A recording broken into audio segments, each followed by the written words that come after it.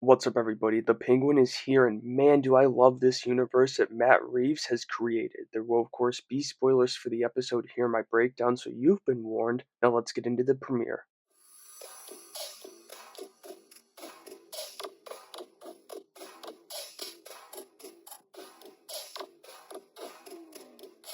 We picked up with this story in the final minutes or the minutes following the end of the Batman movie, but from Oz's perspective here as he watched the chaos in the streets unfolding from his club. We see the poor and the slums getting hit the hardest, while the wealthy folk are all but untouched. Then, a bit later, we see Oz heading back to the club, this time looking for Carmine's files, and he ends up running into Carmine's son and the new kingpin of Gotham, Alberto Falcone. He's all sorts of paranoid here in this scene and probably still grieving from his father, to be fair, but he drops a mention of an upgrade in the drug game in Gotham, and my nerdy brain just couldn't help but think of both Joker and Scarecrow. We know Joker's in Arkham, and Sophia was just there as she's a part of this business deal, so who knows what's going on behind the scenes in this world with the criminals, but that is just my speculation. And also, with those two suggestions, Joker and Scarecrow, you got to keep in mind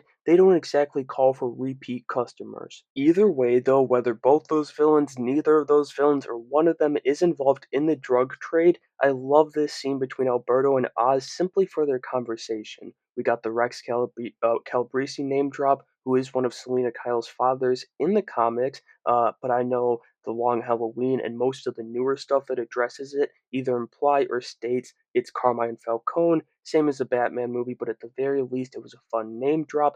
And, you know, I might be stretching it a bit far here, but if my faith in Matt Reeves isn't being wasted, I think he's connecting all these villains on a deeper level than what we've seen already, and it's going to be crazy either in part 2 or part 3. Anyway, Alberto starts mouthing off to the penguin, and then he laughs at him, and for that, he gets some lead in the chest because it's the one thing you don't do. Oz knows he fucked up right away, though, and watching him move the body was absolutely hilarious. Taking like the 2 steps down the stairs, then just tossing Al's body, Al's body, and then he empties his mag at some kids, trying to just jack his car. It's wild. I love this guy. One of those kids, though, is Victor Aguilar, who's going to end up stuck to the penguin's hip. The pair goes to see Eve, who we learned before the show came out is Eve Carlo, Penguin's lover of sorts, and he needs her for an alibi. Now, you Batman fans, you should recognize that name Carlo as it's the same name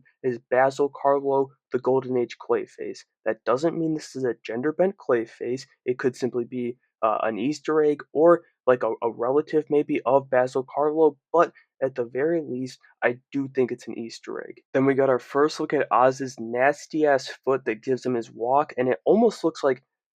Do you guys remember that picture of LeBron's feet at like the beach or something a year or two ago? It just looks like that with a even more mangled big toe. It's so goddamn gross, but it's back to business after that as Oz is starting to collect his own politicians and people in places of power, thanks to Carmine's files. Oz, he isn't the only one who has plans following the death of Falcone, though, as his daughter, Sophia, returns from Arkham and enters the room right as Oz is laying out her and Alberto's plan for the drug trade in Gotham that he learned of before he murdered Alberto, but one party didn't learn she's involved. Sophia sees right through his game here too, and so she asks him to go to lunch with her, where she continues to push him for an answer about her brother, but with no luck. Following that uncomfortable meal, Oz takes Victor, the first person he's taken here in ever, because he's panicking here, and goes to get his mom to take her to safety. This conversation with Oz and his mother was my absolute favorite part of this episode,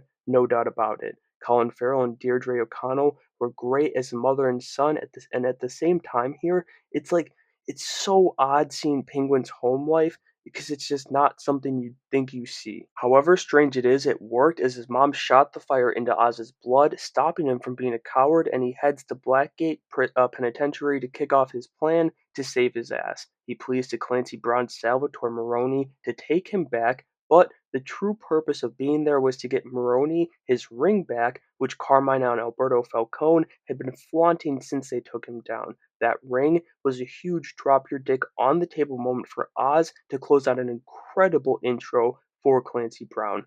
But that wasn't enough as Sophia and her goons are waiting for him at his home, which leads to a chase when she spots his not so subtle plum car. The quick fight we get at the tail end of this chase, it was really cool, and the interrogation that follows, even better, is it's also pretty hilarious as Oz is full nude. Sophia's really had enough of Oz here too, and she has hit her goon ready to slice his arm off after she already gave an innocent teen a forehead mouth, but Victor comes in clutch and executes his side of the plan just in time. He sent the car they dumped Alberto's body in right into the Falcone property, missing a pinky though for Sophia to discover, and as Oz later reveals while enjoying their slushies, framing the Maroney crime family with the pinky because that's where they wore the ring. That was truly an incredible start for this show. I thought Lauren LaFranc and the writers team did a great job keeping with the world that Matt Reeves created in the movie while finding fresh ways to make tonal changes needed